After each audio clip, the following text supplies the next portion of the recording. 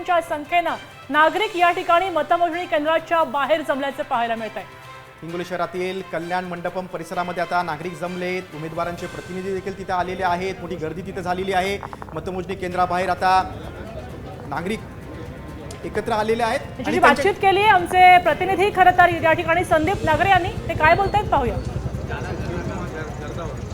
हिंगोली नगर परिषदेच्या मतदान मोजणी प्रक्रियेला 10 वाजता सुरुवात होणार आहे, मात्र त्या आगीच राजकीय पक्षांचे नेते, उमेदवार आणि त्यांच्या प्रतिनिधींनी गर्दी केल्याचं पाहायला मिळत आहे। मला सांगा, 1.5 तास बाकी आहे, सकाळी झाले तुम्ही इथं?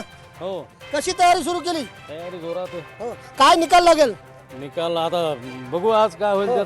आमचे नगराध्यक्ष पदाचे उमेदवार बाबारावजी दादा बांगर साहेब यांचे या ठिकाणी आज जयघोष होणार आहे, ते विजयी होणार आहे। त्या संदर्भात आम्ही सगळे या ठिकाणी जमलेलो आहोत। हो, 100% खात्री आहे, शिवसेनेचा विजय होईल। आपण 1.5 तास बाकी आहे, थंडीमध्ये सकाळी दाखल झाले। बिलकुल तयारी खूप चांगली आहे, 100% शिवसेना। वय आहे तुमचं, पण 1.5 घंटा अगोदर थंडीत दाखल झाले। बरोबर, त्यांनी आम्हाला जे उमेदवार होते त्यांना 8:30 वाजता बोलवलं होतं, त्याप्रमाणे आम्ही आलेलो आहोत आणि विजय हा शिवसेनेचा होईल। शिवसेनेचा नगराध्यक्ष प्रभाग क्रमांक 2 मधील आणि ब गटाचे उमेदवार नक्की 100% विजयी होतील, अशी आम्हाला आशा आहे। संदीप नागरे, साम टीव्ही न्यूज, हिंगोली।